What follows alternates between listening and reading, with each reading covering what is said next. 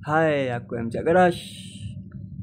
Hari ni isu kereta Klisa ni, dia punya apa dipstick lah, tempat cek level minyak hitam tu. Kan kat bawah dia dalam pipe kan. Pipe sleeve ni, ni kat bawah ni dia ada satu o-ring dia dah bocor.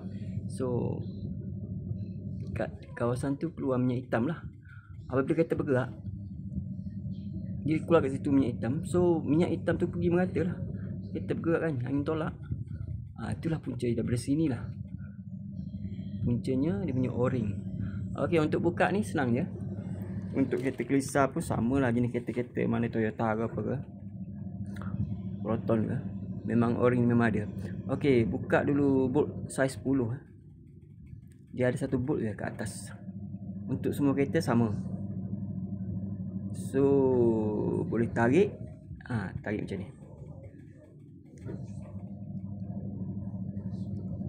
Okey, dulu komen mana entah ni dia dah bocor, tapi dia sapu gam gasket, dia tak tukar o-ring lah. Okey, kalau korang nampak ni gam gasketnya warna grey tu, sebab bocor dia letak gam je, dia tak tukar o-ring.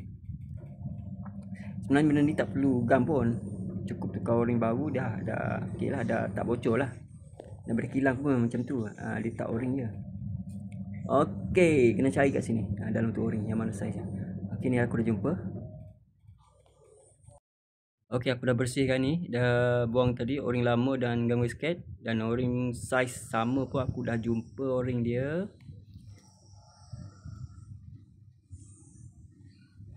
Kawan bolehlah pasang o-ring baru. Bila dah pasang o-ring baru, so pasang balik dekat enjin macam tadi, macam korang buka tu. Korang buka tadi kan. Lepas tu pasang, ikat balik dengan bolt saiz 10. Okey, selamat mencuba ya. Okey, bye.